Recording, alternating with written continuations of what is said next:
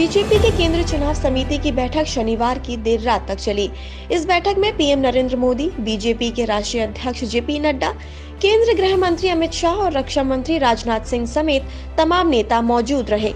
इस बैठक के दौरान यूपी, हरियाणा, राजस्थान, आंध्र, तेलंगाना, उड़ीसा सहित कई राज्यों के उम्मीदवारों के नाम पर मंथन हुआ है। सूत्रों की माने तो इस मंथन के बाद इन राज्यों में उम्मीदवारों के नाम फाइनल हो गए हैं। अब पार्टी रविवार या सोमवार को उम्मीदवारों के नाम का ऐलान कर सकती है। पार्टी इस बार की लिस्ट में कई बड़े चेहरों का टिकट काट सकती है। उनके बदले कुछ नए चेहरों को मौका देने की तैयारी में बीजेपी है। बीजेपी की शनिवार को हुई बैठक के बाद सूत्रों की माने तो अब पार्टी पीलीभीत से सांसद वरुण गांधी, बदायूं से सांसद और स्वामी प्रसाद मौर्य की बेटी संघमित्रा मौर्य के साथ ही गाजियाबाद से सांसद और केंद्रीय मंत्री वीके सिंह का टिकट काट सकती है। साथ ही कैसरगंज से सांसद ब्रजभूषण सिंह का भी टिकट बीजेपी काट सकती है। पार्टी की ओर से इन सीटों पर नए चेहरों को मौका देने के संकेत दिए जा रहे हैं।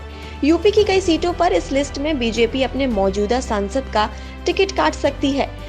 बलिया से वीरेंद्र सिंह मस्त, हाथरस से राजवीर दिलेर, प्रयागराज से रीता बहुगुना जोशी का टिकट काटे जाने की संभावना है। इसके अलावा जयपुर से रामचरण बोहरा और गंगानगर से निहाल चंद का टिकट भी बीजेपी काट सकती है। सूत्रों की माने तो बीजेपी इस बार फिर से पूरी लोकसभा सीट पर अपने राष्ट्रीय प्रवक्ता संबित पात्रा को उम्मीदवार बना सकती है।